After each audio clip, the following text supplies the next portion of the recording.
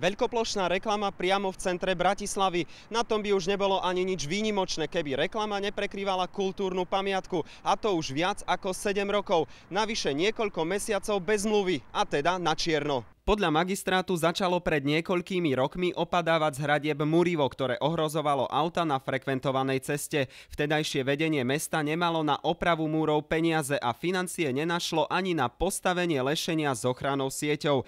To napokon na vlastné náklady postavila spoločnosť Akcent Media, no keďže išlo o reklamnú firmu, na lešenie zavesili aj nadrozmernú reklamu, čím získali lukratívny reklamný priestor. Ponúkame ten priestor, odvíjame sa od ceny tých 2000 eur na jeden mesiac, za jednu stranu samozrejme. Za obojstrannú reklamu tak inkasuje reklamná spoločnosť 4000 eur mesačne. Ročne je to takmer 50 000 eur. Za viac ako 7 rokov mohla reklamná spoločnosť zarobiť vyše 300 000 eur. Otázne je, koľko z toho videla mestská kasa. Zmluvu so spoločnosťou Akcent Media uzavrela mestská spoločnosť Paming, ktorá sa starala o historické pamiatky.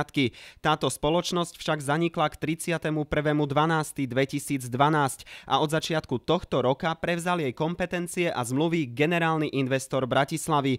Ten už žiadnu zmluvu s reklamnou spoločnosťou nemá.